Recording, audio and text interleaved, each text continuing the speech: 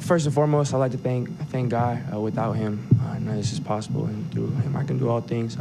I'd like to thank my family, my parents, my mom, my dad, and the rest of my family and everyone who supported me. I'd like to give a huge thanks to Coach Saban for always believing in me and the entire university. And a thank you to all the supporters, all the fans that helped, everyone in the building, my teammates, my brothers through all 3 years here. Everyone that I've been able to play with and be around are the reason that I've been able to do what I have while I've been here. I also like to thank everyone, all my coaches, everyone who works here, everyone on the staff, in all facets. This has been, coming here was the best decision of my life. So I'm forever grateful for the University of Alabama and all that, and everyone that's with them. And with that being said, I'll be declaring for the 2023 NFL Draft. Thank you, guys. Okay, thanks.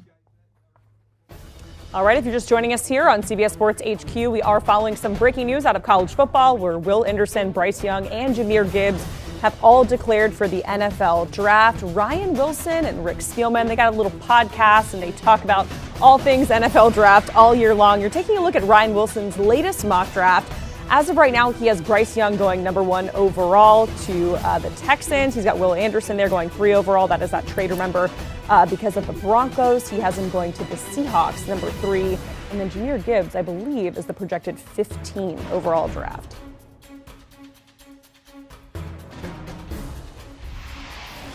All right, the gentlemen of the hour, Rick Spielman and Ryan Wilson here. We're going to break down all this breaking news. Will Anderson, Bryce Young, Jahmyr Gibbs, all declaring for the NFL Draft. First, before we get into everything, just want to talk about your initial reactions. Rick, we'll start with you. Something you were expecting from all 3 of those gentlemen, or I guess what was your initial thoughts when you first heard that? Yeah, just being around the Alabama program for so many years and knowing Coach Saban, that he's usually going to encourage these guys to come out, especially if they're going to get drafted where they're going to get drafted. There's no reason for them to come back and risk injury, especially if you're going to be in the top 5 according to Ryan's mock, but we'll fix that as we go through the process here. But both of them are going to be impact-type players, and they were ready to come out. And Jahmyr Gibbs, who I think is one of the top running backs, also made a really wise decision to come out.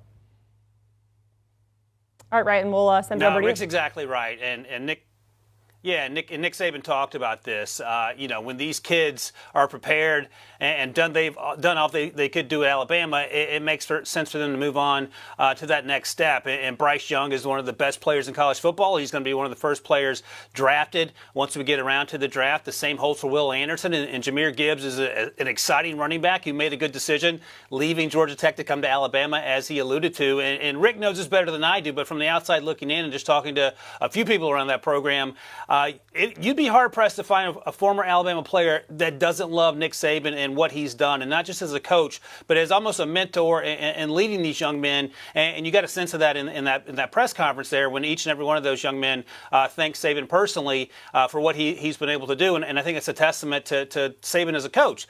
All that said, I think everyone made the right decision today by deciding to go out. And in fact, it would have been a huge shock if one of those players had said they were coming back for one more year of Alabama football. Yeah, and I was just going to say the same thing, Ryan. In that press conference, every single gentleman just gave so much credit to Nick Saban. And one thing I'll just add to that, not only are they great football players on the field, but they're great people off the field. And the way they represented the University of Alabama is just incredible on what they are. And let's kind of talk about each gentleman individually, starting with Bryce Young. We mentioned it off the top, Ryan. You have Bryce Young going number 1 overall in your mock draft, but we're taking a look at the top overall prospects. This is according to our full list over on CBSSports.com. 1 and 2, Will Anderson Jr., Bryce Young. Let's start with Bryce Young. If he does go number 1, like your draft says, Ryan, over to the Texans, I know his size has been, a little bit of a concern, maybe up for debate. He's smaller, not really what we usually see in an NFL quarterback, but maybe talk about what they can expect out of him.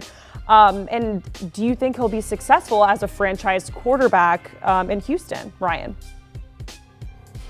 Jacqueline, I'll just say this. If Bryce Young were in Anthony Richardson's body, there's our little Anthony Richardson, he would be the first overall pick, and there would be no questions asked, and everyone would get on with the rest of their day. But he's not. He's probably closer to 5'10", 185, and you saw him on the podium when he followed Will Anderson. He looked a tiny bit smaller. None of that matters, and it sounds crazy to say, and I know that Rick's a huge Bryce Young fan as well, but a lot of folks around the league that I talk to, it matters to them. They're worried about the size because historically when you take small quarterbacks, you're taking a huge risk in terms of job security if you're a head coach or a general manager, but it's hard to get over how good Bryce Young has been play in and play out. He's played with injuries, and that wasn't a function of him being small. That was a function of him landing awkwardly while trying to make a play outside. And you see the throws again and again and again. He throws with anticipation. He throws guys open. He makes good decisions with the football. And oh, by the way, he wasn't throwing to the same cast of first-round picks that Mac Jones and Tua Tagovailoa were throwing to. And mentioning those names, I was talking to a scout last week who said to me if he had to rank these quarterbacks, these last three Alabama guys, it'd be Bryce Young first, then Mac, then Tua. So that gives you some insight into how NFL teams feel about Bryce Young, the football player. The issue is, of course, the size and whether he can withstand the play-to-play beating that NFL quarterbacks have to undergo for 18 weeks of an NFL season. Yeah, and Rick, you heard Ryan say, he might be a bit of a risk. Bryce Young, if they take him 1 overall. Do you see a situation where they could take Will Anderson and him going first overall, instead? Well, when you have the number 1 overall pick and you have an opportunity to get a franchise quarterback that can change the projection and the direction of your franchise, you have to take it. So if you want to say Will Anderson is a safer pick, you can say that. But if you take Will Anderson and you still don't have that quarterback position solved, then you're going to really struggle as a franchise going forward. Exactly, and the Texans, Rick, are in the market for a quarterback because it's clear that Davis Mills doesn't appear to be the long-term answer. He was a third-round pick from 2 years ago, and he's been benched on and off, and Jeff Driscoll's been part of that rotation. So if you have the first overall pick and you love one of these quarterbacks, whether it's Bryce Young or someone else, I think you probably should take him.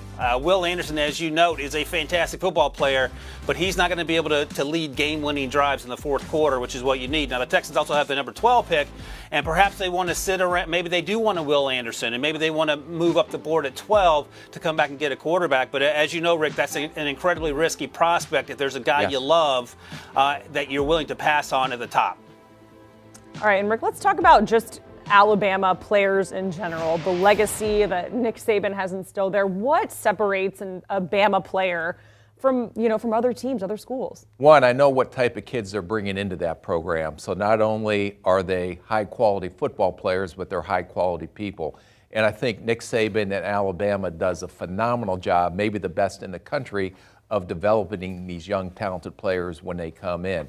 And when you go down and watch them practice during training camp, it's like watching an NFL practice. When you go out and watch them during the season and how they prepare each week to play their upcoming opponent, it's just like watching an NFL team get prepared to play. So when these guys jump from Alabama into the NFL, they are as prepared as anyone in the country.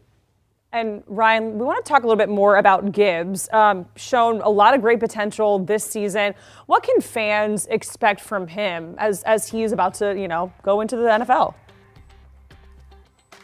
Well, Bijan Robinson is, on many people's boards, their number 1 back, and I know Rick loves Bijan as well out of Texas. He's built completely differently than Jahmyr Gibbs, as you see here, outrunning everyone to the end zone. And Jahmyr Gibbs, and Rick and I have talked about this on the old podcast, he has parts Alvin Kamara and parts Dalvin Cook in his game. He's not quite as big as those players, but he is incredibly elusive in the backfield. He makes guys miss in the backfield, at the second level, and as he's making his way into the end zone. He's a great asset in the pass game, which is a huge part of what NFL teams are doing today. And there's no guarantee that he goes in the first round. Sometimes we have 2 running backs go in the first round. Sometimes we don't have any. But I think there's a great opportunity for guys like Bijan Robinson and Jahmyr Gibbs to hear their names called among the first 31 picks. The Dolphins don't have a pick this year in round 1 because of just how explosive they are in different ways. I love Jahmyr Gibbs. I love the idea of what he brought to that backfield.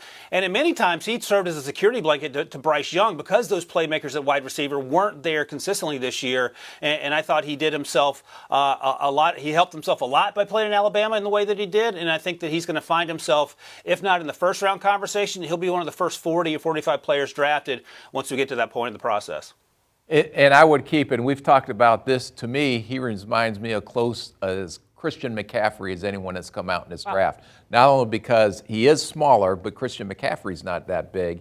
But his ability to catch the ball out of the backfield, his ability to make explosive plays week in and week out, make him a pretty unique prospect. All right, Rick Spielman and Ryan Wilson joining us here on CBS Sports HQ. If you're just joining in, we are following some breaking news out of college football. Will Anderson, Bryce Young, and Jahmyr Gibbs declaring for the NFL draft. Also, Ryan and Rick, they got a little podcast called With the First Pick. They talk all things NFL draft all year long. Check it out. You can download and listen wherever you get your podcasts. You can also scan that QR code. Do you want a sports network that delivers everything that matters about the game? The highlights, the picks, the instant analysis, no yelling, no fake debates, no politics. Hit the subscribe button and never miss a moment.